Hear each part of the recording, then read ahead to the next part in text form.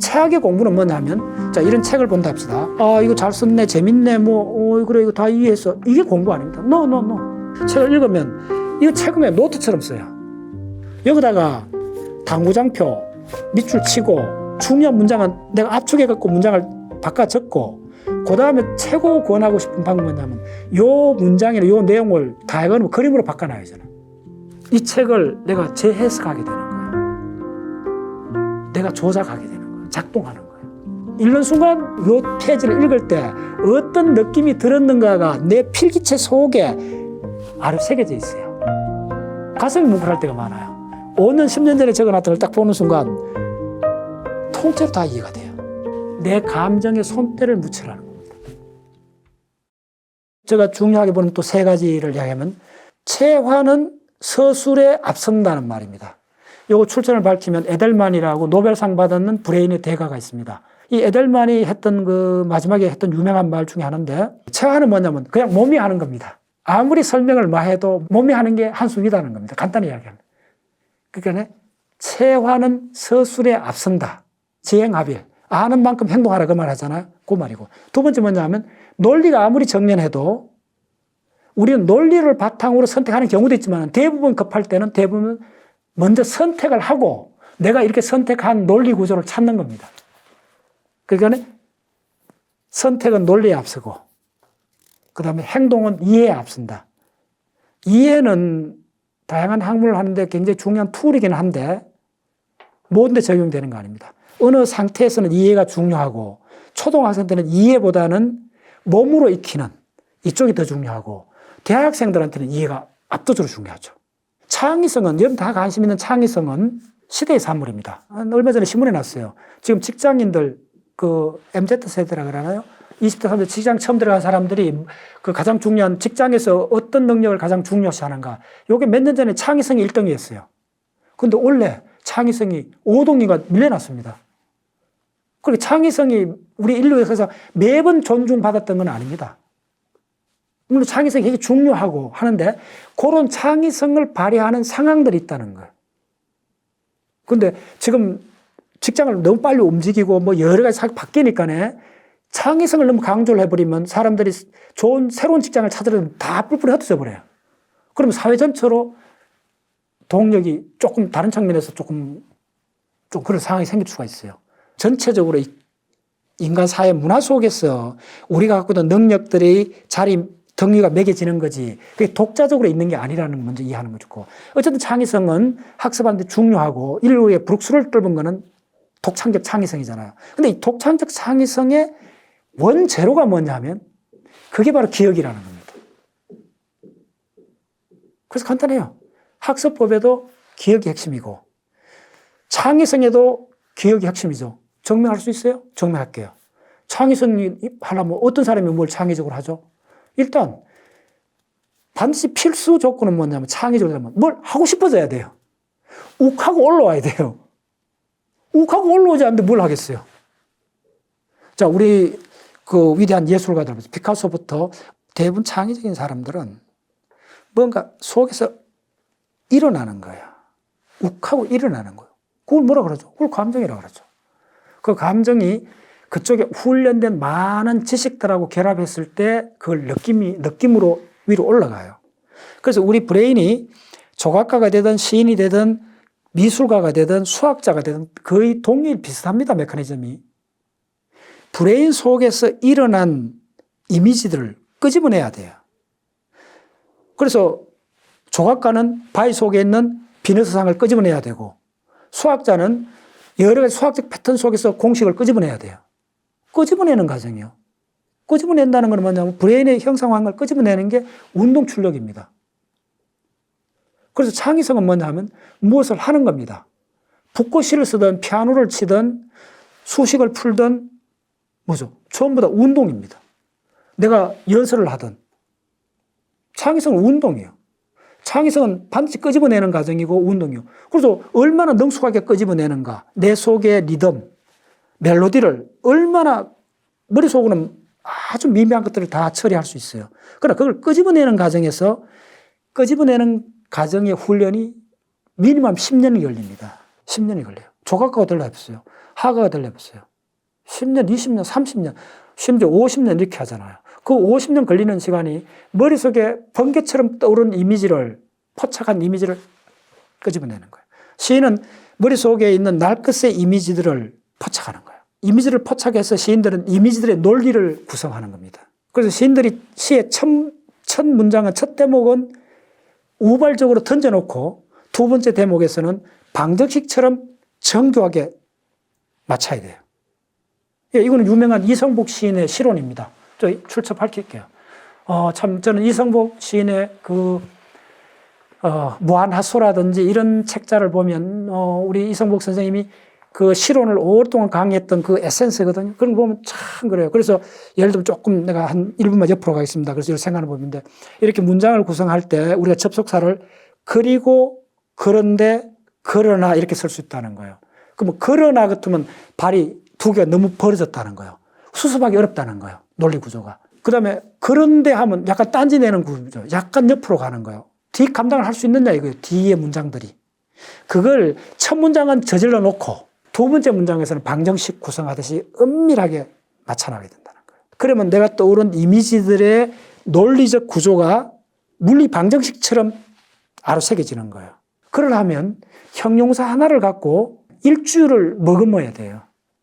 그걸 내가 훈련이라 그래요. 지금 그 과정들을, 정보가 너무 많기 때문에, 인터넷에 정보가 넘쳐나는데 그 과정을 생략하고 그 과정을 통째로 바깥에 외주를 주기 때문에 우리가 결정적으로 손실이 생긴 게 감정의 로스가 생겨버렸다는 거예요.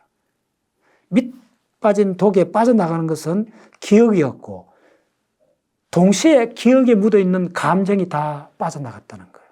서울에서 상가집에 가면, 이렇게 주로 뭐 대학병원에 사잖아요. 가면 우는 사람 거의 없죠. 근데 아직도 시골에 가보면 울어요. 왜 그럴까요? 굉장히 중요한 주제입니다. 시골에서는 우리가 몸으로서 부딪히는 그 생생한 감정들이 그들이 있어서 그런 거예요. 그래서 이런 것들이 제가 기억, 감정, 훈련, 이걸 좀 더 다시 살려와야 된다. 그 이야기하고. 자, 다시 핵심은 대칭화, 모듈화, 순서와 이 속에서 기억을 잘하기 위해서 대칭화, 모듈화, 순서를 능수능란하게 사용을 하라는 겁니다. 그래서 제가 그걸 사용한 방법론을 구체적으로 제가 보여드리겠습니다. 구체적인 방법론은 요겁니다. 자, 화면 보이죠? 사각형, 직선, 하살표. 제가 좋아하는 말, that's all. 제가 짧은 영어로 만든 겁니다. 이거면 다 된다는 겁니다. 뭐가 다 되는데. 여러분들이 배웠던 모든 학문을 표현하는 데는 물리학이든 수학이든 뭐 심지어 철학이든 지구과학이든 빅뱅 이론이든 필요한 거는 딱 이 세 가지로서 새로운 랭귀지, 새로운 언어를 만들어 보고 싶은 게 제가 학문을 하는 아주 궁극의 방법론입니다. 왜냐하면 모든 학문은 언어학입니다. 저는 그렇게 선언을 했습니다. 저의 이론입니다. 뭐 다르게 뭐 주장하는 사람도 있을 수 있어요. 뭐 그거는 각자 이렇게 하면 되는데, 제가 주장하는 거는 모든 학문을 언어학이라고 두면 몇 가지 간단한 원리가 도출이 돼요. 우리나라 말을 배우고 영어를 배우고 독일어를 배운다 합시다. 그 다음에 수학을 배운다 합시다. 물리학을 배운다 합시다. 지질학을 배운다 합시다. 그걸 모든 학문을 언어학으로 보면 들어갈 때 할 일이 딱 정해져 있다는 거예요. 첫 단계에서. 뭘 배워야 되죠? 알파벳을 배우면 되죠. 이때 알파벳을 배운다 하지 않고 훈련한다 그래요. 그때는. 알파벳을 이해해서 하는 사람 있나요? 아니죠. 그냥 반복해서 기억할 뿐이죠. 이게 정확히 훈련입니다. 학문은 훈련으로 들어갑니다. 자, 그래서 자연에 있는 모든 현상을, 모든 학문을 언어학으로 보면 알파벳이 필요하고, 그래서 독일어, 영어, 뭐 수학, 뭐 모든 게 출연했다고 보면 내가 새로운 학문을 만들고 싶어요. 그럼 내가 만든 새로운 학문은 알파벳이 딱 3개밖에 없다는 거예요. 오마이 사이언스. 그 알파벳이 사각형, 직선, 하살표라는 거예요. Why not? 이걸 제가 생물학을 하면서 힌트를 많이 얻었어요. 생물학에서 벌써 거의 40억 년, 30억 년 이렇게 하고 있었다는 걸 알게 된 거예요. 자, 생물학은 뭡니까? 가장 중요한 게 유전 현상이죠. DNA. 그 다음에 뭐가 있죠? 탄수화물, 지방, 단백질 있죠. 오케이. 자, 탄수화물, 지방, 단백질, DNA를 분해를 해봅시다. 그러면 DNA는 뭘로 돼 있어요? DNA라는 문장 속에는 문자가 있을 거 아닙니까? 문자는 4문자밖에 없어요. 아데닌, 구아닌, 시토신, 티민. 여러분 DNA가 되고, 티민을 우라실로 바뀌면 RNA 될 뿐이에요. 그럼 4개 문자밖에 없어요. DNA, RNA. 어이? 이게 무슨 말인데? 와, 분자세포 생물 그렇게 어려운데, 그렇게 복잡한데? No. 누가 그렇게 하겠어? 알파벳이 4개밖에 없는데. 그 알파벳 4개를 조합해갖고 우리 인간의 DNA는 염색체 23개 상속에 들어가 있는 인간의 DNA는 이 알파벳이 4개의 문자로 된 이 문자가 몇 개로 연결된다면 32억 개로 되어 있어요. 아데닌, 과닌, 시토신, 티민, 아데닌, 과닌, 시토신 이게 32억 개, 이쪽에 32억 개, 이쪽에 32억 개, 이렇게 자크처럼 이렇게 되어 있어요. 근데 문자는 4개밖에 없어요. 자, 그러면 DNA, RNA 다 알았죠? 뭐 더 이상 없으니까요. 끝났어요. 왜 이걸 강조를 안 하는지 모르겠어요. 우리나라 말은 자원보험 뭐 한 20개로 되어 있다. 이건 다 아는데 이걸로서 다 만들어진다는 거, 내 이름 쓰면 박이라는 거는 기업, 기억이잖아요. 요거 구성됐다는 걸 매일 쓰면서 아는데 왜 우리의 생명도 이렇게 돼 있다는 걸 뼈저리게 못 느끼느냐 이거예요. 그래서 내가 새로운 언어를 만드는 거예요. 자연을 모두 설명할 수 있는 언어를 만드는 게 내 꿈입니다. 궁극에. 그래서 그 언어는 3가지 문자로 사각형, 직선, 화살표라는 거예요. 자, 생물로 다시 들어서 DNA 다 이해됐죠? 더 이상 없어요. 중요한 더 이상 없다는 거예요. Nothing. 단지 아데닌, 과닌, 시토신이 티민이 어떻게 몇 개, 어떤 순서로 연결됐나 그거 잡다한 무지한 이야기들이 있을 뿐이에요. 그러나 오직 4개밖에 없다는 거예요. 근데 이 4개는 철저하게 반복으로 훈련해서 분자 구조까지 다 그래라는 거예요. 그래서 그거에 대한 이야기는 제가 김영사에서 나온 이전 책, 한 5년 전에 썼던 생명은 어떻게 작동하는가 하는 500페이지 되는 분자세포 생물학 책이 있습니다. 그거 보면 이 이야기가 쫙 아주 자세하게 설명이 되어 있습니다. 자, 그러면 탄수화물, 지방, 단백질에서 탄수화물 한번 이야기해볼까요? 탄수화물은 녹말이라 그러죠. 식물한테는 녹말이라 그러고 동물한테는 글리코겐이라 그래요. 근데 다 동일해요. 뭐가 동일하냐면 그거는 체인처럼 연결되는데 그 기본 단위는 뭐냐면 글루코스라는 분자예요. 글루코스가 수백 개, 수천 개 연결된 게 녹말일 뿐이에요. 그게 식물한테는 고구마 감자가 됐지만 동물한테는 근육 속에 들어있는 거예요. 간 속에 엄청 들어있는 거예요. 겠죠? 근데 그거 구성 요소는 뭐다? 딱 하나밖에 없어요. 그 문자는. 글루코스. 그쪽은 문자 딱 하나밖에 안 쓰는 거예요. 자, 그 다음에 마지막으로 단백질. 오이. 굉장히 중요하잖아요? 이 굉장히 중요한 단백질은 문자가 몇 개가 되어 있느냐. 요거는 조금 많아요. 그나마. 요거는 문자가 한 20개로, 딱 20개로 되어 있어요. 그걸 20개 아미노산이라 그래요. 뭐, 글리신, 세린, 글루타민, 뭐 쭉 기억나시죠? 다 들어보셨을 거예요. 그 20개의 문자가 몇 개의 단어를 만드느냐? 10만 개 이상 단어를 만듭니다. 정확하게 우리의 콘사이스, 국어 사전입니다. 단백질하고 아미노산 관계는. 이제 자연이 언어로 되어 있다는 거 이해됐죠? 정확히 이해됐죠? 근데 왜 이걸 갖고 우리는 자연각 전체를 통습할 수 있는 언어를 왜 안 만드느냐 이거요. 저는 이거 만들었어요. 자, 물리학을 들어가 볼게요. 물리학도 언어로 보면 몇 개 없어요. 물리학에 쓰는 언어는 한 4개밖에 없어요. 첫 번째 물리학은 force, 힘이라는 언어가 있어요. 단어가 있어요. 힘이란, 이건 단어입니다. 힘. 그 다음에 그보다 좀 큰 집합의 단어가 뭐냐, 에너지라는 단어가 있어요. 그보다 더 무시무시한 단어, 이거는 안 들어본 사람이 많을 거예요. 그 단어를 액션, 작용이라는 단어가 있어요. 그 다음에 이 에너지, 포스, 힘, 에너지, 작용은 미분적분 관계입니다. 빨리 하겠습니다. 포스, 힘은 뉴턴이 물리학 방정식으로 바꿔서 물리학이 시작했어요. 1600년도. 그리고 요게 에너지로 넘어가면서 양자역학이 에너지 관계를 다루기 시작했어요. 그 다음에 입자 물리학으로 올라가면 작용까지 올라가요. 그래서 물리학은 아주 간단하게 되어 있습니다. 힘을 적분하면 에너지가 되고 에너지를 시간에 대해 적분하면 작용이 돼요. 3개의 하이라키로 되어 있어요. 요거 3개고. 그러면 가장 높은 게 작용입니다. 다시 이야기 드릴게요. 힘은 알죠? 가속도 곱하기 질량이잖아요. 그 힘을 갖고 니아카를 뒤에서 밀면 내가 힘을 쓰잖아요. 그러면 구름마가, 마차가 이동을 하잖아요. 마차가 이동하면 거리가 있잖아요. 그래서 힘 곱하기 거리 하면 에너지가 돼요. 됐죠? 그래서 거리에 대해서 적분한다 그래요. 됐죠? 그럼 에너지를 시간에 대해서 밀고 가면, 적분을 하면 작용이 돼요. 그러면 집합이 어디 가장 커요? 작용이 가장 크죠? 그럼 물리학의 우주의 신은 어떻게 하느냐 하면 작용만 건드리면 되겠죠? 이해됐나요? 아주 간단하잖아요. 대장한테 명령만 하면 되잖아요. 대통령이 무슨 뭐 육군 이등병한테 명령 내릴 일이 없잖아요. 대통령은 국방부 장관한테 명령을 내리면 되잖아요. 그러면 탁탁탁 단계로 들어가잖아요. 근데 이 물리학은 딱 3단계밖에 없다는 거예요. 말단 사병이 포스, 힘, 중간 간부가 에너지, 그 다음에 육군 참모총장쯤 되는 사람이 작용이요. 그러니까 국방부 장관을 합시다. 그 국방부 장관한테 대통령 명령을 내리면 돼요. 그럼 착착 들어가죠. 그런 식으로 돼 있어요. 요걸 물리의 하이라키 구조라고 그러는데, 그러면 자연을 만든 기본 법칙은 법칙이 있다 하면 누구한테 명령을 내리냐 하면 작용한테 내려요. 그래서 작용한테 이 자연의 신이란 말 별로 안 좋아하니까 자연의 이 모든 걸 관할하는 무엇이 있다면 뭐라고 명령을 내린다 하면 작용한테 작용 그대요.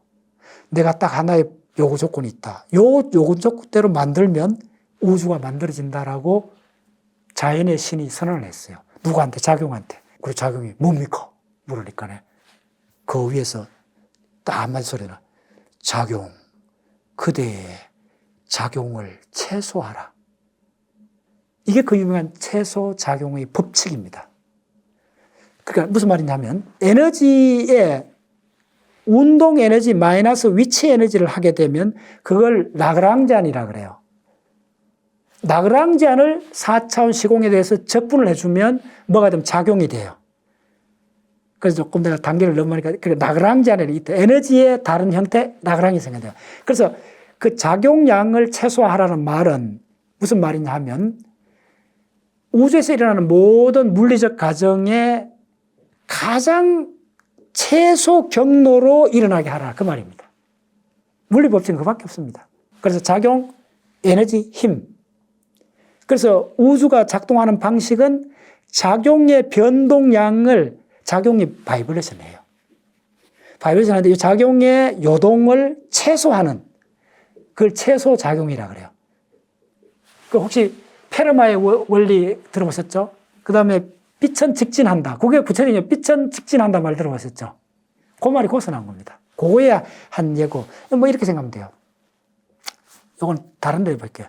그 남미의 네루다 시인의 그 시론에 이런 게 나옵니다. 네루다란 시인은 우리 인생을 이렇게 이야기했어요. 모호하고 명료함. 모호하다는 말하고 명료하다는 거는 모순이잖아요. 두 개 양립할 수 없잖아요. 모호하면 모호하고 모호한데 명확하다는 거예요. 모호한데 명확하다는 게 어디 있겠어요? 있어요. 우리 인생이 그런 거예요. 명확한 건 뭐죠? 태어나는 거하고 죽는 거. 2포인트죠. 정확히 2포인트죠. 시공상의 2포인트죠. 모호한 건 뭐겠어요? 시공상의 두 점을 연결하는 곡선은 무한대로 가깝게 그릴 수 있죠. 좀 뭐 걸쭉하게 사는 사람이 이렇게 했죠. 내가 살아온 인생을 정리하면 소설책 10권이 될 거야 이야기하죠. 그 말입니다. 근데 소설책 10권을 쓸 만큼 이 사람의 삶이 파란만장했다 해도 파란만장하다는 말이 경우의 수가 많다는 거죠. 그게 모호하다는 말입니다. 뭐 내 마음 나도 몰라 이렇게 얘기하잖아요. 내 다음 행동이 어떻게 될지 모른다. 그건 모호한 거예요. 근데 명확한 게 있다는 거예요. 그 모호함 속에 명확한 끝 2포인트가 있다는 거예요. 그게 태어남하고 죽음이라는 요 사건은 꼼짝할 수 없는 명확한 2포인트라는 거예요. 현악기의 현의 바이브레이션이 두 마디점에서 일어나잖아요. 그게 명확한 두 마디점에 현의 바이브레이션은 모호하게 바이브레이션 하잖아요. 그렇게 돼 있다는 거예요. 그랬을 때 최소 작용, 그게 전체가 작용인데 현악기의 바이브레이션이 작용의 바이브레이션인데 그 작용의 바이브레이션이 가장 최단 거리를 유지하라. 최단 거리를 유지하라. 작용의 변분이 최소화시키는 방향으로 우주의 일어남이 골로 가야 된다는 거예요. 그게 우주가 만들어진 원칙입니다. 최소작용 원칙. 자, 요약하면 물리학에서는 최소작용의 원칙 하나로서 우주가 구성이 되는데 그걸로서 먼저 작용의 최소값이 결정이 되면 그거에서 에너지가 결정이 되고 그거에서 포스가 결정이 되는 그런 구조예요. 아주 일목요연해요. 그러면 물리학에서 우리가 필요한 언어는 뭐죠? 포스라는 단어를 알아야 되고 그 다음에 포스에는 질량하고 가속도라는 단어를 알아야 되고 에너지에서는 해밀토니아라는 단어를 알아야 돼요. 그 다음에 작용에서는 최소 작용의 법칙, 그 다음 그 위에 올라가면 대칭에 대한 공부를 해야 돼요. 엄밀하게. 근데 해봐도 10개 안 되잖아요. 물리학 전체는 언어학적으로 보면 10개의 단어로 돼 있어요. 뭐, 그럼 다 그런 거예요. 화학은 뭐죠? 화학은 언어학으로 보면 화학은 좀 뭐 수백만 가지 분자 구조가 있잖아요. 그래서 화학은 수백만 가지, 수천만 가지의 그런 분자들이 있다 해도 화학은 92가지의 원소로 돼 있잖아요. 92가지 원소가 언어입니다. 됐죠? 자, 그래서 이렇게 돌아서 봤더니 우리가 이 자연의 언어는 알파벳이 가장 많은 게 100개 정도. 사실은 주기율표 100개 중에 쓰는 거는 한 20개밖에 아닙니다. 맞죠? 탄소, 산소, 질소 뭐 해갖고 중요한 원소 한 20개를 주로 써요. 나머지는 함량이 우주 전체에서 그러니까 뭐 0.001%밖에 안 돼요. 그냥 메인으로 쓰는 알파벳은 그게 어떠한 자연과학에도 메인으로 쓰는 알파벳은 저는 20개 안 넘어간다 보는 사람이에요. 더 했더니 대부분 5개, 4개, 뭐 심지어 한 3개밖에 없어요.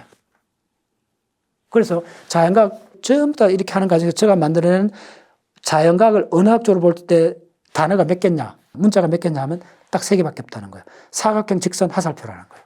자, 그걸 갖고 빅뱅에서부터 인간의 출현까지를 제가 한번 보여드릴게요. 한번 설명해 볼게요. 자, 요겁니다. 실제로 제가 그렇게 합니다. 약속대로. 자, 사각형, 짧은 직선, 선분, 그 다음에 화살표. 요거 다른 거 없죠? 화면 보시면 요거 뭐 다른 거 없잖아요. 요거에 무슨 이렇게 T자 형태로 있는데 이거는 뭐죠? 직선 2개 결합식인 거죠. 이게 뭡니까? 자, 빨리 이야기 드리겠습니다. 자, 요 맨 위에 옆에 있는 사각형은 뭐냐면 빅뱅입니다. 137년에 우주가 출현한 빅뱅이 이렇게 있고, 거기서 위에 화살표 3개가 이렇게 나 있잖아요. 요게 3개가 뭐냐 하면 바로 광자, 포톤, 삐달갱이, 태초에 빛이 있었다 하죠. 삐달갱이. 두 번째가 뭐냐 하면 일렉트론, 전자입니다. 보면 요 두 번째 화살표에 보면 선으로 4개 이렇게 놨잖아요. 이거 보이죠? 예, 선으로 4개 있는 게 요거. 자, 요게 광자, 삐달갱이고, 요게 전자고, 요 전자를 사각형으로 표현하기도 하고, 내가 요 선으로 표시했어요. 세 번째가 원자핵입니다. 원자핵. 그러면 전자하고 원자핵이 결합하면 원자가 되죠. 그래서 보시면 요거다가 사각형에다가 원자핵에다가 전자를 결합해갖고 원자가 됐죠. 전자와 결합한 형태가 됐죠. 그래서 요 라인은 광자, 전자, 요 세 번째는 원자핵인데, 원자핵의 가장 단순한 알파벳은 양성자거든요. 수소 원자의 원자핵이 양성자잖아요. 그래서 요걸 일렉트론, 포톤, 프로톤 해갖고, 자, 제가 이 책을, 오늘 사실 이 책을 뭐 소개하기 위한 시간이라기보다는 이 전체 이 자연과학을 학문, 언어로 바꾸면 요 나와서, 요거 보면 제가 이 표지를 제가 이제 아이디어를 많이 줬는데, 요거 보면 빛, 포톤, 요거 E, 전자, 요 P, 양성자입니다. 그게 지금 요 3개로 이렇게 연결되어 있어요. 그리고 요 양성자에 전자가 갖다 붙으면 수소가 되죠. 수소 원자가 되죠. 그래서 요거 보면 하나가 전자가 붙었죠. 요게 수소 원자가 되는 거예요. 그 다음에 요 안에다가 양성자 6개, 전자 6개 넣으면 뭐죠? 카본, 탄소가 되죠. 그럼 주기율표 모든 것도 사각형하고 직선으로 다 표현할 수 있다는 거예요. 요까지 하면 주기율표가 끝나요. 그 밑에 단계에서는 뭐 T자가 나오잖아요. 갈색으로. T자가 나오는 거 요거는 아까 얘기했던 DNA입니다. 생명의 DNA가 중요하잖아요. 생명의 DNA가 하나가 있다는 거 요거 보세요. 요 맨 왼쪽에는 하나씩 돼 있죠. 그 다음 연결이 돼 있잖아요. 이 연결이 DNA에서는 32억 개 연결되어 있는 겁니다. 어마어마하게 연결되어 있죠. 그 다음에 DNA 이중 나선이 이렇게 표현되어 있죠. 그럼 요거는 요 하나만 변형하면 RNA가 돼요. 아데닌, 구아닌, 시토신, 티민에서 티민을 우라실로 바뀌면 RNA가 되죠. 근데 그거는 굳이 표현 안 해도 된다는 거예요. 무조건 최대한 단순화하고 더 이상 단순화를 하지 말라는 거예요. 그러니까 DNA만 알면 돼요. RNA는, DNA를 아는 사람은 RNA는 조금만 바꾸면 RNA는 만들어져요. 그게 생성이라 그래요. 만들어라는 거예요.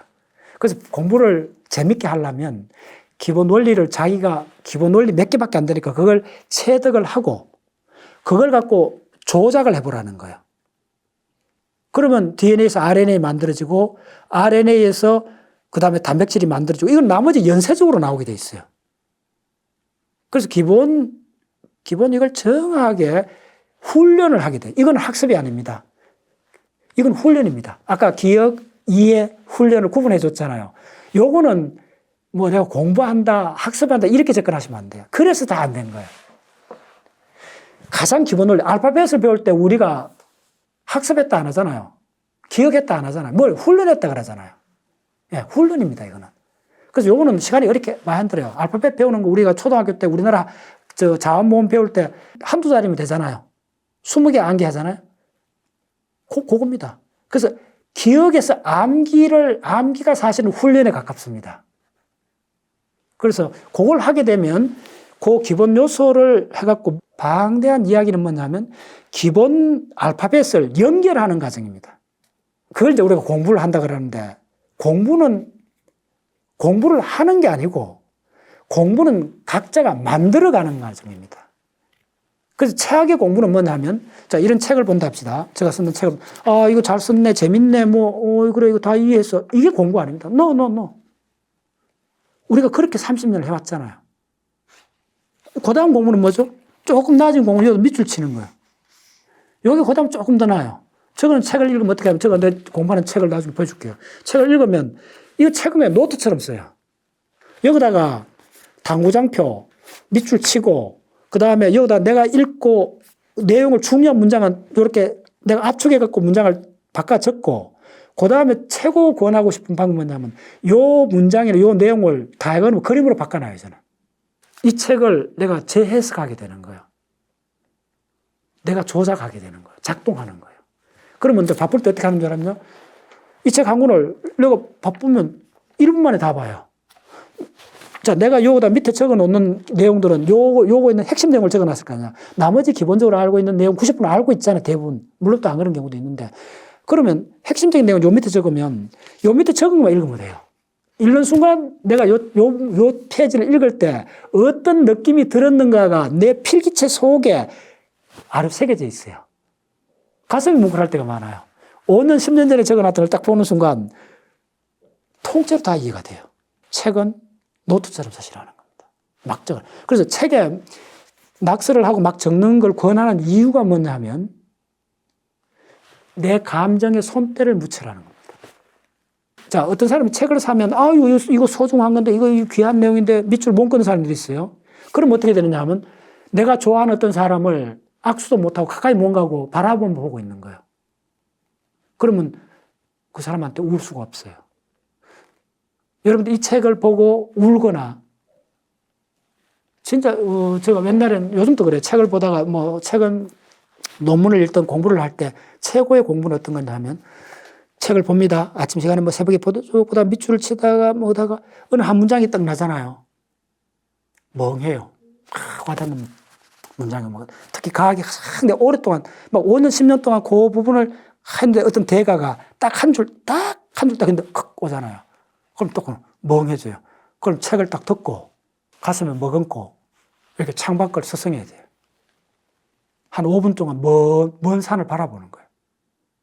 그런 시간이 필요해요. 왜냐하면 그 느낌이 스며들어야 돼요. 우리 속으로. 오케이. 자, 예. 그렇습니다. 그래서, 자, 이제 내가 오늘 요게 전달한 메인입니다. 무슨 말이냐면 새로운 문자를 만들자는 거예요. 그래서 지금 내가 만든 방식 보여줬잖아요. 지금까지 뭐냐면 전자, 양성자, 광자로서 그 다음에 원자, 핵, 그 다음에 원자까지 다 끝났어요. DNA까지 끝났어요. 그 다음에 요 라인은 뭐냐면 세 개 연결되어 있죠. 요게 탄수화물, 요게 인지질, 지방이라 그러죠. 지방, 요게 단백질입니다. 다 끝났어요. 저한테 생물의 이유를 다 끝났어요. 왜냐면 이게 알파벳이에요. 그럼 그 다음 레벨에서 어떻게 되냐면 야들을 조합하는 거예요. 조합해서 보자기로 사는 거예요. 그걸 뭐라 그러면 세포라 그래요. 그래서 세포가 그려졌죠. 저 세포 요 세 개를 그렸잖아요. 그럼 세포도 지난 40억 년 동안 세포가 처음에는 원핵세포. 그래서 이 원핵세포는 핵막이 없잖아요. 미토콘드리아도 없죠. 그 다음에 가운데 있는 요 사각형은 안에 또 사각형 들어있죠. 요게 바로 요 전체가 뭐냐면 미토콘드리아예요. 사각형 요게. 미토콘드리아를 삼킨 세포가 출현했다는 거예요. 자, 요 사각형 요 4개 화살표로 연결한 요게 미토콘드리아를 왜 내가 상징을 했나 하면 요게 미토콘드리아 안에 있는 T세 사이클 10개입니다. 10개 예를 들어주면 시트르산, 아이소시트르산, 그 다음에 알파케토글루타레이트, 숙신일 코엔자미 A, 숙신에이트, 푸말레이트, 말레이트, 옥살로아세테이트, 그래서 시트르산 이렇게 돌아가는 거예요. 이 전체가 한 10개쯤 되는데 이 10개 내가 다 알고 있죠. 알고 있으니까 10개 다 쓸 필요 없다는 거예요. 단백질 펑션이 10개가 이렇게 연결되어 있다면 그런 식으로 작동한다는 것만 알면 되잖아요. 알파벳은. 그래서 4개만, 아름답게 4개만 딱 해서 사각형 라인을 한 거예요. 됐죠? 실제로 10개인데 4개만 하면 된다는 거예요. 자, 그 다음에 요 미토콘드리아, 여기 전체 노란색으로 표시되어 있잖아요. 그 다음에 여기서 초록색 사각형 뭐냐면 이게 그 유명한 생물학에서 미토콘드리아 호흡 효소입니다. 시토크롬 산화 효소 해갖고 이건 책에도 내가 또 해놨어요. 워낙 중요하기 때문에. 요 내용은 상세하게 500페이지 책에 내가 상당히 풀어놨습니다. 다 됐고. 자, 그래서 요 미토콘드리아를 20억 년 전에 잡아 삼킨 세포, 요 들어와 있잖아요. 요게 진핵세포입니다. 예. 그래서 저는 빅뱅에서부터 이 진핵세포들이 모여서 다세포 동물이 돼서 그게 우리 인간이 된 거죠. 인간까지 그릴 필요 없어요. 그냥 세포 하나만 그려주면 끝나는 거예요. 이걸 우리 인간한테는 요 세포가 60쪽에 모여갖고, 예, 순환계, 호흡계, 근육계, 신경계가 됐다는 거예요. 뭐, 그거는 말 그대로 기타 등등이죠. 그 다음 하면 되는 거예요.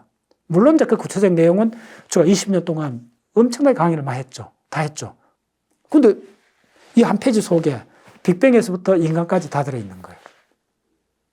요 들어가는 알파벳이 몇 개요? 3개. 사각형, 직선, 하살표. 자, 이거 아무리 분해해보세요. 그 이상 있는가? 없죠. 예, 오늘 참 이 자리가 저는 뜻깊습니다. 원래 내가 처음 이걸 오픈하는 거예요. 요 다이어그램 그린 지가 한 달 정도밖에 안 됐어요. 30년 이상 공부하고 만들어진 다이어그램이에요. 그냥 나온 게 아닙니다. 그래서 요 다이어그램까지 나오게 된 뒷배경을 조금 설명을 드리겠습니다. 이 사각형은 뭐라 그랬죠? 대칭을 말하는 거고. 하살표는 순수를 말하는 겁니다.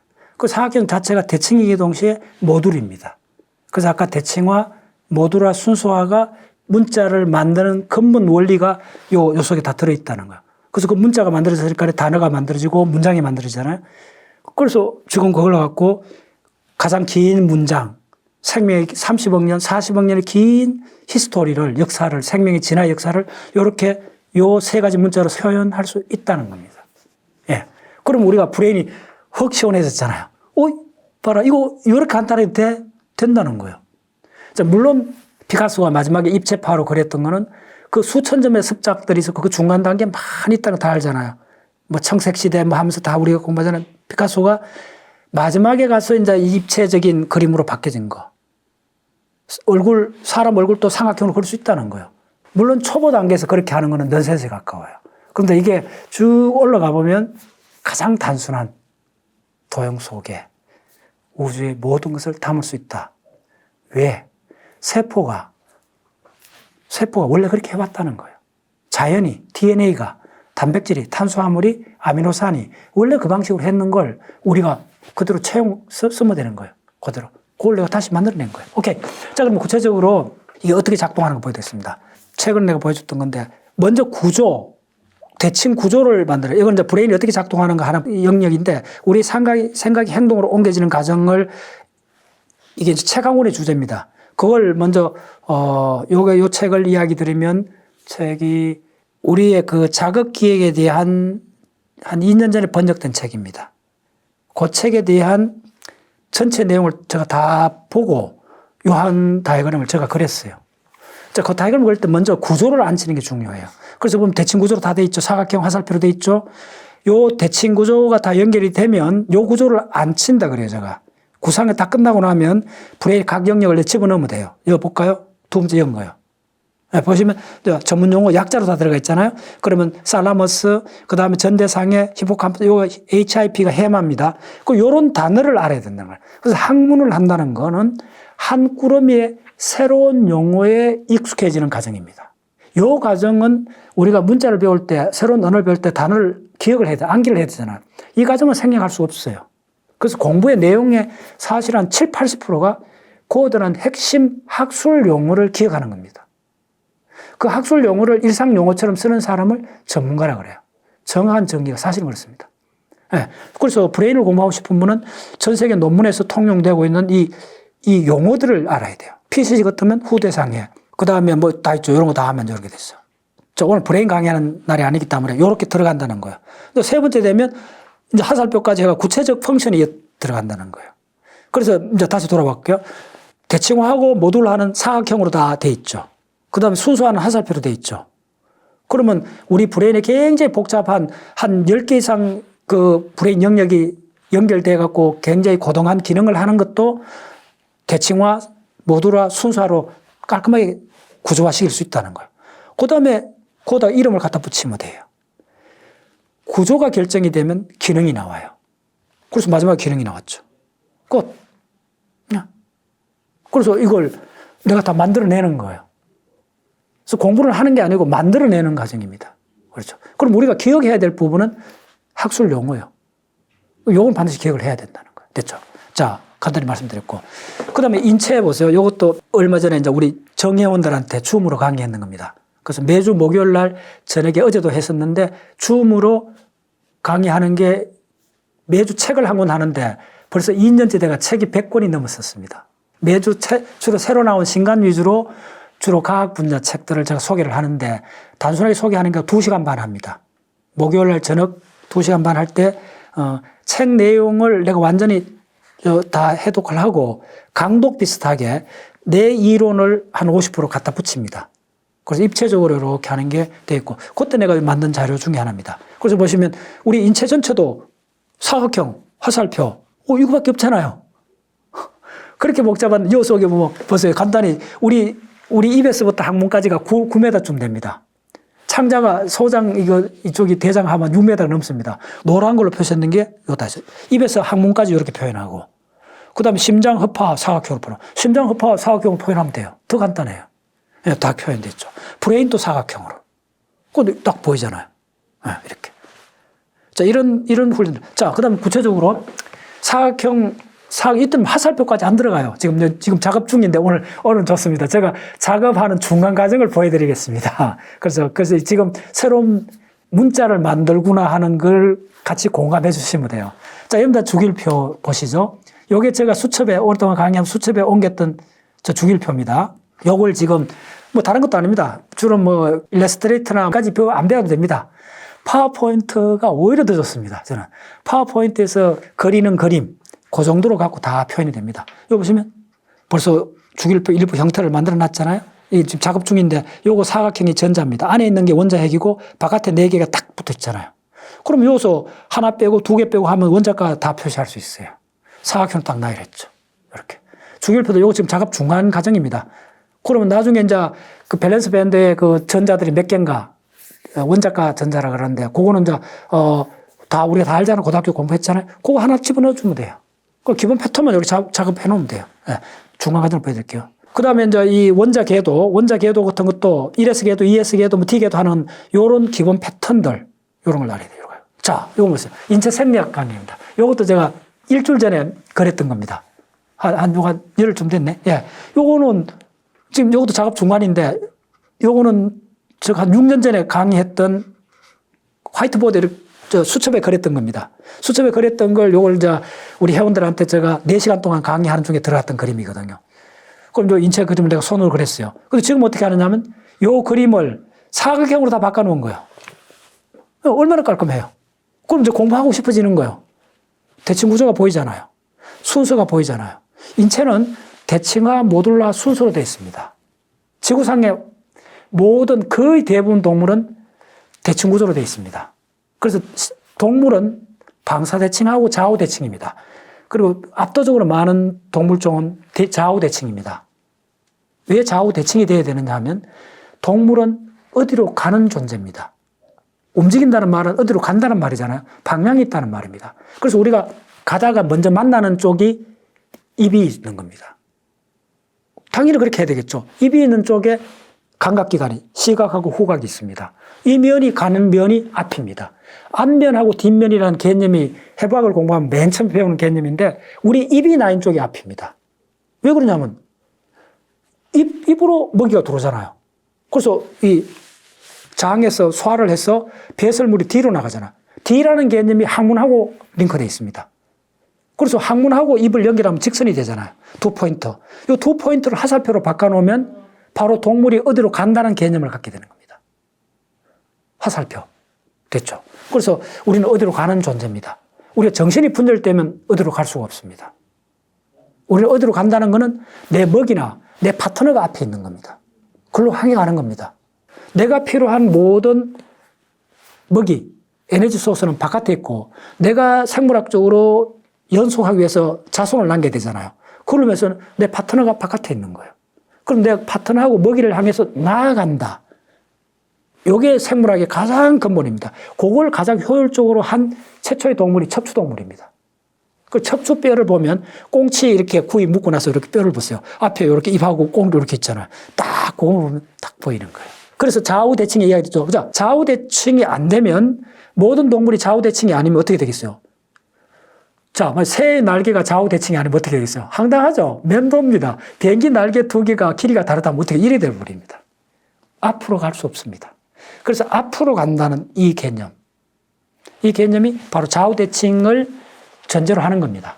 두 번째 뭐냐면 우리 척추가 마디로 되어 있잖아요. 이거 보시면 이거 얼마나 리얼합니까? 척추 마디가 보이죠? 이런데 다 그려졌잖아요. 이거 간단히. 척추뼈가 한번 40개 좀 있다 합시다. 척추뼈 30몇 개인데 척추뼈에 마디가 있는데 이게 동전을 포개 놓은 것 같아요.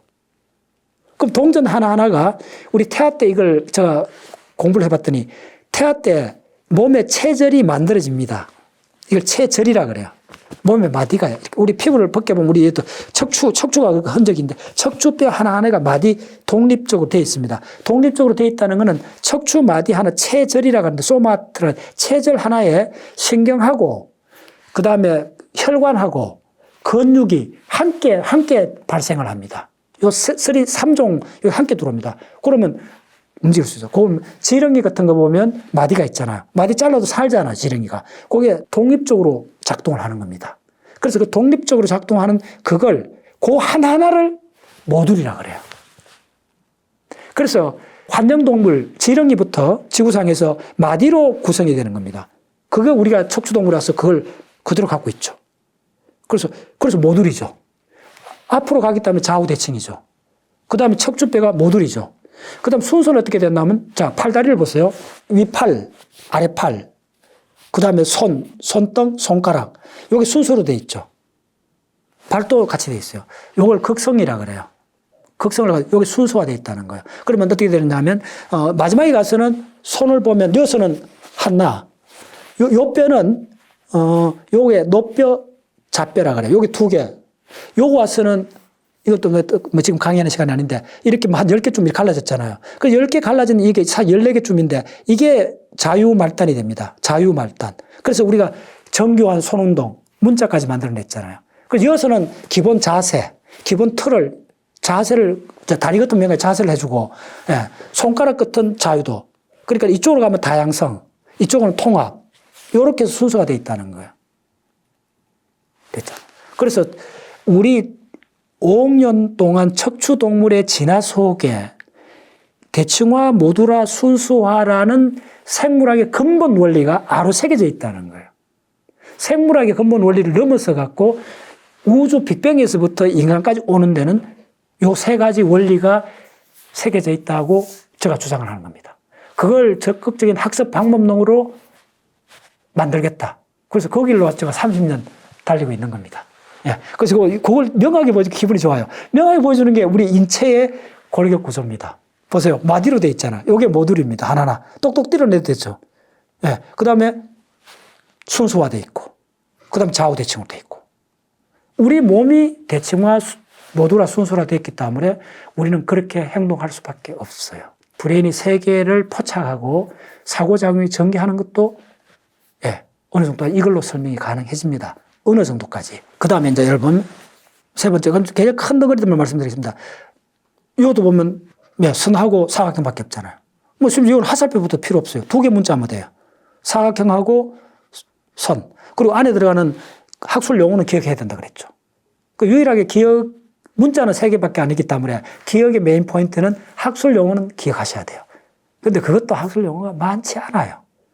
가장 많은 게 주기율표. 90개인데 사실은 한 30개면 돼요. 학술 용어는 30개를 안 넘어간다. 그렇게 가시면 돼요. 요거는 몇 개죠? 요거 한 20개쯤 돼요. 아미노산 20개. 됐죠? 요쪽에만 해도 노벨상이 2번 나오는 거 그래요. 요거는 기억해야 돼요. 그래서 여기 아데닌, 구아닌, 시토신, 티민 이야기 했잖아요.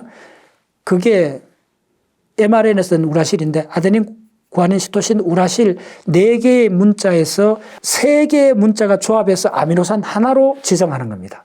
그래서 이거 보세요. 내가 이거 옮겨놓은 거 어떻게 되는지 하면 이거 잠깐 설명드릴게요. 이쪽에 우라실, 시토신, 아데닌, 구아닌.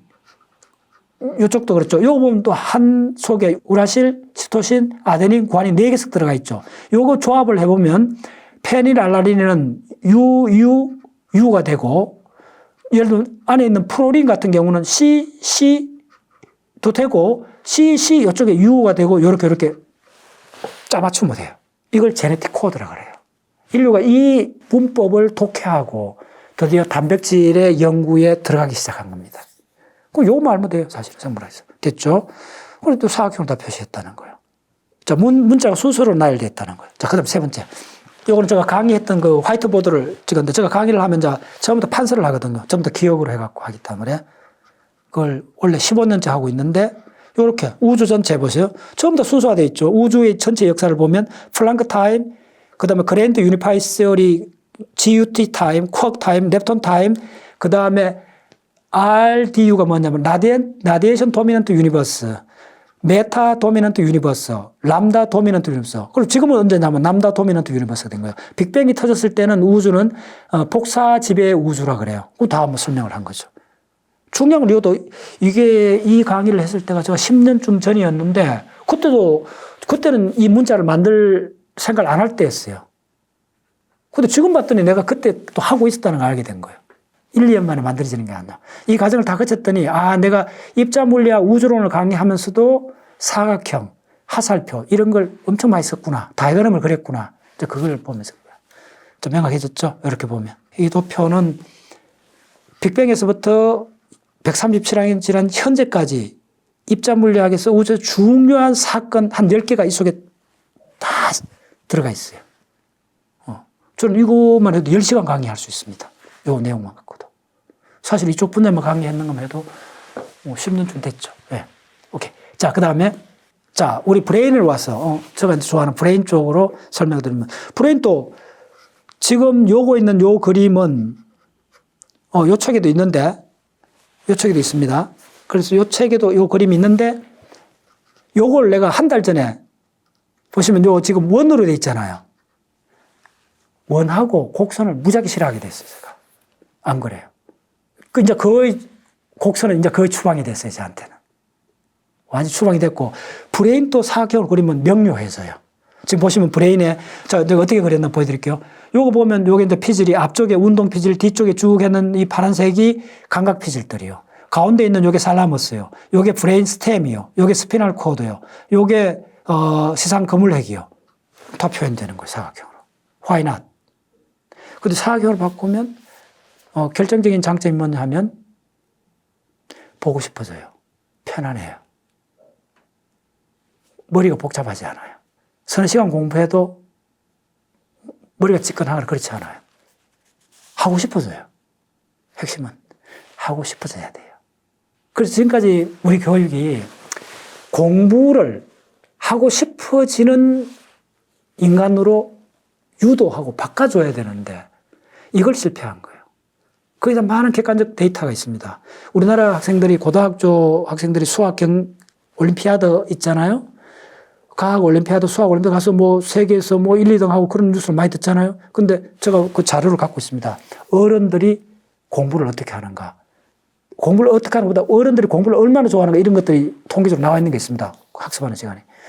OECD 한 20개 나라 중에 우리나라가 거의 꼴등입니다. 공부를 잘하는 거하고 공부를 즐겨하는 거하고는 다른 개념이잖아요. 우리나라 사람들은 공부를 잘해요. 제가 미국서 석사 박사를 했는데 그때도 놀랐어요.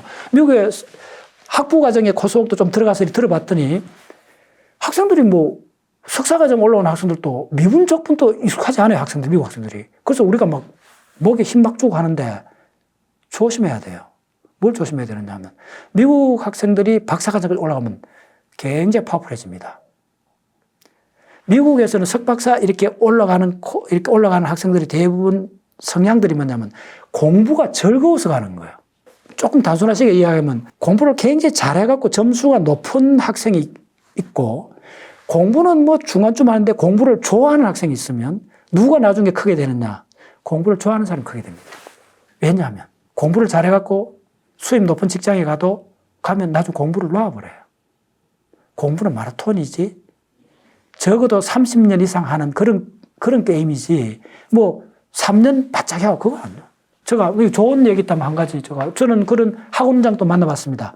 학원장 어떤 분이 자기한테 강의를 들어가고 서울대 간 학생들이 무지하게 많은데 그분이 학원장 그만두고 다른 일을 하시더라고요. 출판사 다른 일을 하시는데 왜 그렇게 됐냐 물어봤더니 괜찮은 대학을 보낼 수는 있는데 학문을 즐길 인간을 못 만들었다는 거예요. 공부를 즐기는 인간이 끝까지 가는 거예요. 공부를 즐겨야 돼요. 그럼 공부를 즐기려면 편안해야 돼요. 그래서 제가 찾아낸 방식입니다. 어쨌든 기억을 해야 되고 그럼 가장 기억을 줄이는 거 방법. 그래서 보시면 이렇게 다 설명이 돼요. 사각형으로. 자, 브레인을 바꿔놨습니다. 자, 그 다음에 몇 가지만 보세요. 요거는 요 출전이 스피노자의 뇌라는 그 브레인 책인데 이걸 벌써 내가 읽은 적이 한 10년 됐어요. 그때도 읽고 나서 그 책에 이 그림이 없습니다. 제가 다 해놓고 그린 겁니다. 그래서 공부를 봤더니 어떤 책을 읽든 어떤 강의를 듣든 그대로 하는 게 아닙니다. 자기 목소리로, 자기 글씨로, 자기 다이어그램으로 바꿔놓지 않으면 그건 10%도 공부가 아니라 보시면 됩니다. 자기 걸로 바꿔놔야 돼요. 그러면 자기 걸로 바꾸기 시작하면 책 한 권의 내용이 다이어그램 하나로 다 스며들게 돼 있어요. 지금 이거는 보시면 그 스피노자의 그 책이 굉장히 그 유명한 책인데 다 알려졌어요. 그거 보시면 내가 세포 레벨, 면역 반응, 대소술, 그 다음에 모든 감정까지 가는 거는 접근이냐 회피 반응 두 개밖에 없거든요. 생물학적으로. 그래서 보면 쾌락은 접근하고 통증은 회피하는 거예요. 그 다음에 접근하고 회피를 벡터로 보면 돼요. 벡터로 보는 게 굉장히 좋아요. 벡터로 보면 그 다음 위로 올라가면 충동은 벡터 다발이 모아진 거예요. 접근, 하고 싶어 욱 하고 올라온다 하잖아. 그래서 뭐 사고 막 치잖아요. 욱 하고 올라와갖고. 그게 쾌락하고 통증을 추구하는 이 벡터 다발이 모아진 겁니다. 그래서 충동하고 드라이빙 포스 동기가 생긴 겁니다. 그 다음에 그게 위로 올라가면 감정이 돼요. 그래서 기본 감정, 배경 정서, 사회적 정서 일로 바뀌어요. 요까지는 무의식상에 일어날 수 있어요. 자동 반응으로 일어나요. 근데 이게 예술이나 위대함으로 바뀌기 위해서는 이 감정이 DNA 피질에서 느낌으로 성화돼 줘야 돼요. 느낌으로 성화돼 줘야 돼요. 그래서 여기 보시면 느낌이라 해놨잖아요. 여기서는 확장되는 항상성 느낌, 심적 레벨로 가는 거예요. 그러면 여기서 바둑판 그려놨는 이 패턴들은 뭐냐면 이게 바로 기억이요. 그래서 전두엽, 두정엽, 척두엽의 연합피질에서 내가 20, 30년 경험했던 모든 학습했던 모든 기억들이 중요한 게 이렇게 패턴화되어 있어요. 그러면 창의성은 뭐냐면 기억된 패턴들의 연결입니다. 근데 어떤 연결이냐 하면 새롭고 독특한 연결이에요. 다시 한번. 모든 사람이 연결을 하긴 해요. 기억을 연결하는 걸 생각이라 그러잖아요. 연상작용이 일어나요. 근데 그 생각을 갖고는 지금 문제를 해결 못 해요. 그럼 어떻게 되죠? 기억을 새롭고 독특하게 조합을 하는 거예요. 기억을 새롭고 독특하게 조합하는 걸 창의성이라고 그래요. 그러면 그게 뭐가 됐든지 새롭게 조합을 해야 돼요. 조합하는 실체는 뭐냐 하면 기억이요. 그럼 기억이 없으면 조합할 수가 없죠. 자, 전쟁이라는 새로운 사건이 벌어졌어요. 그럼 싸워야 돼요. 그런데 싸우는 주체는 누구죠? 군인들이잖아요. 그럼 군인이 없으면 할 수가 없죠. 전쟁을 할 수 없잖아요. 똑같은 이야기예요. 그게 있어야 된다는 거예요. 창의성이 먼저가 아니고 창의성은 기억의 결과물이라는 거예요. 어떤 결과물? 새롭고 독특한 조합의 결과물이라는 거예요. 오케이. 됐죠? 자, 그 정도. 자, 보세요. 요 지구 그림이 요 책에 있습니다. 요 책에 지금 요 외핵, 요 동그랗게 그려놨는 요 그림이 있어요. 요 레퍼런스 달아가 내가 그려놨는데 요걸 내가 한 열 전에 요렇게 바꿔놨습니다. 어느 그림이 사랑스러워요? 하나는 사각형으로 지구를 그렸죠. 아마 지구를 사각형으로 그리는 드문 사람일 겁니다. 어떤 지구학자도 지구를 사각형으로 잘 안 그릴 거예요. 근데 나는 사각형을 그렸어요. 공부 30년 후에 사각형으로 그려야 되겠다. 느끼죠. 붙죠. 다 표현됐잖아요. 얼마나 상큼해요. 힘이 안 들고. 내핵, 외핵, 그 다음에 상부 멘털, 하부 멘털, 그 다음에 이거 판구조론, 해양판 섭입돼 가는 거죠. 이 속에 다 있는 거예요. 그랬죠. 네.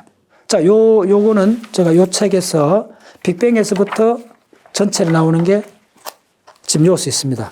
이 책의 전체 주제는 137억의 우주의 진화 전체를 요거 6개 그림하고 요 그 다음에 9개 그림 15개 그림으로 빅뱅에서부터 별이 생기고 갤럭시가 생기고 태양이 생기고 지구가 생기고 지구에서 생명이 진화하고 광물하고 생물이 공진화하고 그리고 호모사피엔스의 인간의 의식까지 출현하는 걸 15개 다이어그램으로 그린 겁니다. 이 그림을 여러분들이 본인 스스로 그릴 수 있으면 이 책 내용을 거의 다 파악했다고 보시면 됩니다. 근데 이것 전체를 다 봤더니 이 15개 그림조차도 다 갖고 갈 필요가 없다는 겁니다. 딱 3개면 된다는 겁니다. 그게 뭐냐면 이 책 표지에 있는 광자, 양성자, 전자 이 3개의 무한 중첩일 뿐이라는 겁니다. 그래서 아주 유니크한 책입니다. 그리고 그걸 상세하게 이걸 거의 한 10년 동안 강의한 내용을 그대로 책으로 옮긴 거죠. 그래서 보시면 이거 나오잖아요. 보면 빅뱅에서 100만 분 일제 양성자 생기고 그 다음에 대략 5억 년 지금 더 올라갑니다. 지금 한 2억 년까지 올라가고 이러는데 최초의 별이 생겼고 그 다음에 45억 년 전에 지구와 태양과 함께 생겼고 그 다음에 대기가 생겼고 그 다음에 생화학 회로가 출현했고 그 다음에 원핵세포가 생겼고 진핵세포가 생겼고 강합성이 일어났고 척추동이 출현했고 그 다음에 인간의 의식이 출현했고 그래서 뭐가 만들어진다면 문자가 만들어진 거예요. 그래서 나도 새로운 문자를 만들어보고 싶다는 거예요. 그 문자는 3가지로 되어 있다는 거예요. 사각형, 직선, 화살표. 이 3가지 문자가 자연에 있는 모든 현상을 설명하려면 대칭하고 모듈하고 순서의 법칙 하에 조합을 해주면 된다는 거예요. 무한히. 그래서 이거 보면 쭉쭉 나와 있습니다. 자, 주기율표도 이 책에 상세히 설명이 되어 있는데 주기율표 여러 가지 원소들 주기율표에서는 가장 핵심이 뭐냐 하면 이거 조금 어렵습니다. 그래서 양자역학을 하셔야 되는데 주기율표에 그 1S 궤도, 2S 궤도, P 궤도, D 궤도 이 궤도를 알아야 돼요. 그럼 이렇게 접근하셔야 돼요. 근데 알았습니다. 양자역학 슈레딩거 이퀘이션을 풀어야 되는데 지금 내한테는 안 되는데 그렇게 접근 안 해도 됩니다. 일단 자전거를 배운다 생각하면 이해를 하려면 1년 걸릴 수 있어요. 그렇게 접근하지 마시고 이 기호를 기억하는 데는 하루면 돼요. 일단 기억부터 하시라는 거예요. 하루면 되니까요. 이게 만약에 제가 한 달 걸린다면 권하지 않아요. 하루면 돼요. 이거 전체 한 10시간 걸려요. 제가 만든 그런 캐치플레이즈가 뭐냐면 10시간 고생할래? 10년 헷갈릴래? 근데 10시간 고생하는 걸 안 택하고 대부분 사람이 10년 헷갈리는 그 길을 택하더라는 거예요. 10시간만 딱 작심하고 기억하면 웬만한 거 다 기억이 돼요. 그런데 그걸 기억하지 않고 10년 동안 헷갈리는 길로 가요. 그럼 영원히 접근을 못 하죠. 그래서 과학이 어려워진 거예요. 근데 실제 10시간도 아니요. 각 분야의 중요한 핵심은 한 2시간씩만 하면 돼요. 그러면 각 분야의 물리학이든 화학이든 전부 다 기억해야 하는 핵심, 그걸 제가 만든 용어가 결정적 지식이라는 용어입니다. 결정적 지식은 한 20개 되는 자연과 각 분야의 결정적 지식은 5개를 안 넘어갑니다. 그럼 각 분야의 알파벳을 배우는 결정적 지식은 어느 학문보다 일주일이면 된다는 겁니다. 일주일을 못 내는 거예요, 사람들이. 그리고 10년을 몰라 한다고. 10년 동안 몰라 헷갈렸던 시간을 합치면 한 달이 넘을 거예요. 기분 나쁘고 막 스트레스 받고 하는 거는 1년씩 걸릴 수가 있는데 근데 그걸 딱 작심하고 한 10시간만 하면 다 끝나요. 그 운동을 사회에 확산하는 게 박문호 자연과학 세상 운동입니다. 자연과학 세상이라는 이 자연의 세상을 들어가면 자연의 언어를 배워야 돼요. 그래서 우리 단체가 이전에 썼던 책이 유니버설 랭귀지라는 책이 있습니다. 자연의 언어를 배우자. 그렇습니다.